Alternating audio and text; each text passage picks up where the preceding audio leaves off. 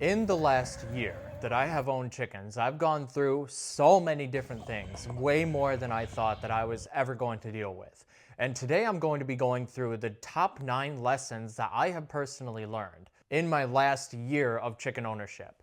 Anywhere from expecting too many eggs, expecting everything to go perfectly, all these different expectations that I had versus the reality of what smacked me in the face all the way through the last year of owning chickens. I've gone through the highest highs, the lowest lows, and honestly, it's been a crazy adventure being able to have these incredible creatures in my backyard, the difference they've made for me, my family, and the difference I know that they are going to make for you if you decide to begin owning chickens and you make this year the year that you start. March of last year is when I bought my first batch of 10 chicks. I bought 6 Brahmas and 4 sex links. And I bought these with the original intent that when their days come to an end, I'd be able to process them and I'd get good meat out of them, but they're also great layers and they lay eggs every single day. So I bought these 10 chicks expecting to lose 4 of them, so that way I'd end up with 6, and then I'd have the 6 that my family needed, so that way we would be able to have self-sustainability on the eggs that they produce, because on average we eat about 4 to 6 eggs a day.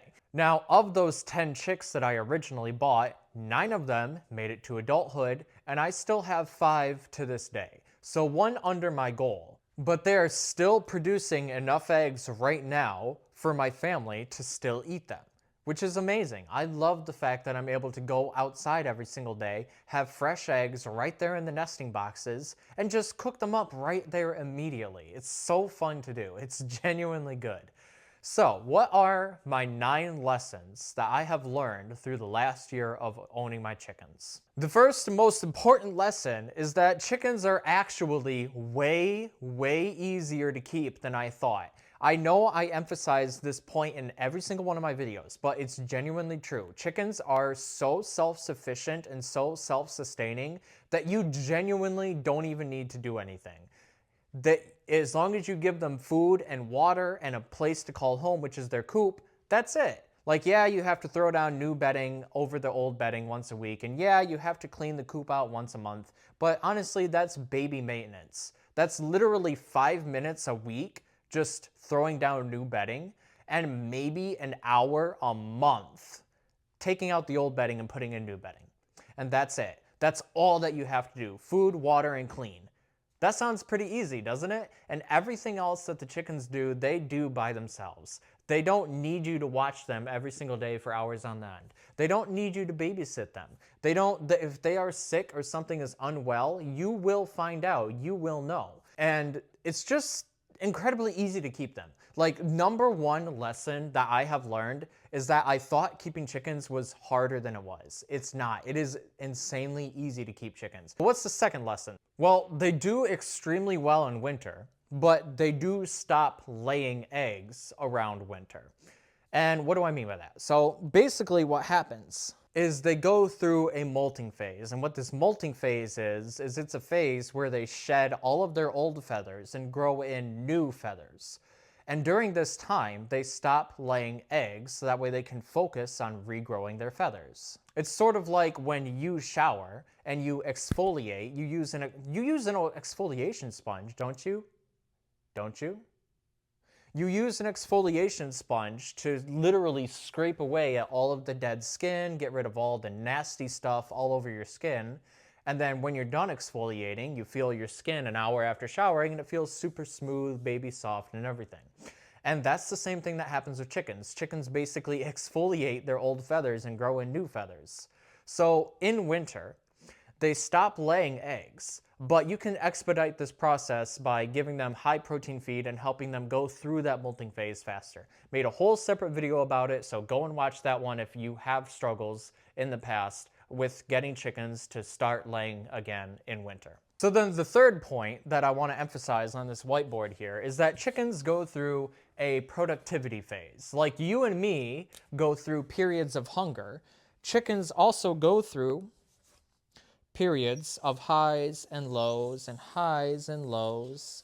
You know, chickens follow this same general choreograph. So for about 2 months, they're at peak productivity. They're genuinely laying an egg every single day. And then gradually over the course of 3 to 4 months, their productivity goes down. And then for about a month, they stop producing eggs and just take a resting period. And then for 3 to 4 months, they go back up in productivity. And then for about 1 to 2 months, they go back into peak productivity. And so the cycle repeats. So basically, they follow this same cycle where they're at peak productivity for a month or two. For 3 to 4 months, they slowly stop laying eggs. For about a month or two, they stop laying eggs entirely. 3 to 4 months, they go back up in productivity. 1 to 2 months, peak productivity, and so and so and so. So that is the third lesson, is that chickens don't just constantly peak eggs. They don't constantly lay eggs way up here in the productivity graph. They experience lows, they experience averages, they experience an average. They sometimes have peak productivity, they sometimes have no productivity, and that is an unfortunate lesson of nature and chickens in general. So what's the fourth lesson then? Well, unfortunately, we're going to go down into the lows of chicken keeping. And that is that your physical presence around your chickens will not stop a hungry enough predator. Even if you are physically standing right next to your chicken, if there's a predator out there that is hungry enough for your chickens and they are desperate enough, they are not going to care that you are standing there. They are still going to do a dine and dash order on your chickens.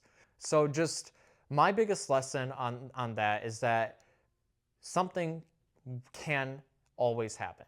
That doesn't mean that it will, but you can't guarantee the safety of your chickens. You just can't, unless you keep them in a run.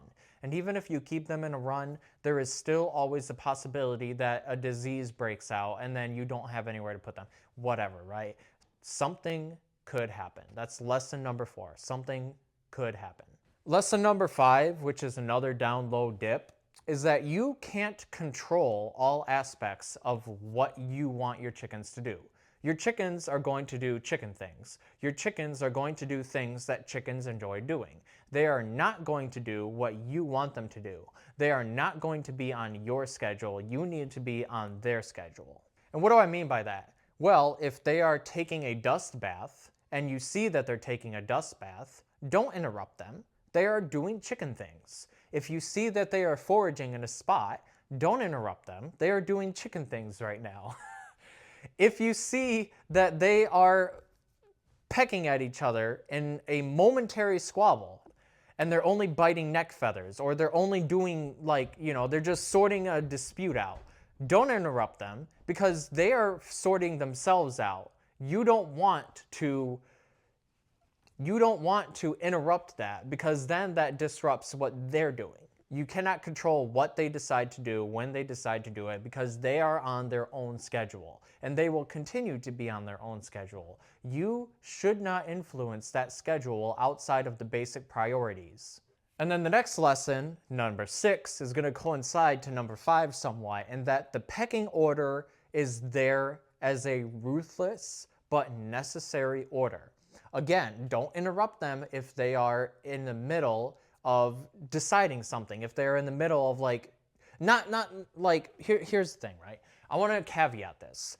If you see that they are pecking at each other's combs, so if you see up here, their combs are bleeding, and you see physical damage being done, and you see blood being drawn, you do intervene.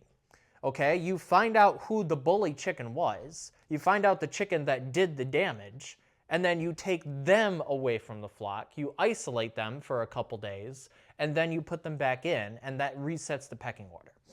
But what you don't want to do is if you see a chicken grabbing at the neck feathers of another chicken to guard the food or something, don't do anything about that. If you intervene too much, it just stresses them out more than if you accept the fact that there's going to be somebody on the bottom of the pecking order. Just as there has to be somebody on the top, there has to be somebody on the bottom. What's up? Hey, bud, what you doing? Yeah. Here, why don't you play with this over here, okay? Come here. Yeah. Okay. Yep, just play with that. Play. You're welcome. Okay, whiteboard is officially gone for the rest of the video. So the next lesson that I realized about chickens is that they are not for lazy people. If you consistently don't keep your home clean, if you consistently order fast food over cooking, if you don't meal prep, if you don't at least take care of your own life in a good way, then why do you expect that keeping chickens is something that you'd be able to do if you can't even keep yourself? Like, that sounds rude, but it is rude. It is rude, okay? But you need to know that if you can't keep your own life in order, you can't expect to keep a chicken's life in order. And that's just is what it is. It's not mean or rude. It just is what it is. You know, everybody has some level of responsibility when it comes to taking care of animals, whether it's a cat or a dog or a chicken. It doesn't matter. You have to have levels of accountability to be able to take care of animals. And if you're a lazy person that doesn't do anything, or maybe you're going through a depression or an anxiety phase, anything, don't get chickens. Just stay away from them. And the most important lesson, which I saved for last, which I think needs to be hammered home, is that you will get attached to some chickens. You will have favorites of chickens. You'll have pictures with these favorite chickens. You'll have memories with these favorite chickens. There is going to be an identifier chicken that just has a personality that you click with. Every chicken has different personalities. Every chicken has something going on with them that you just vibe with, you connect with, you really like that particular chicken. You will have favorites. I bought my original 10 chickens thinking that I would not have any favorites, and I do have favorites. I ended up with like 7 out of the 10 chickens that I had being my favorites because they were all so unique.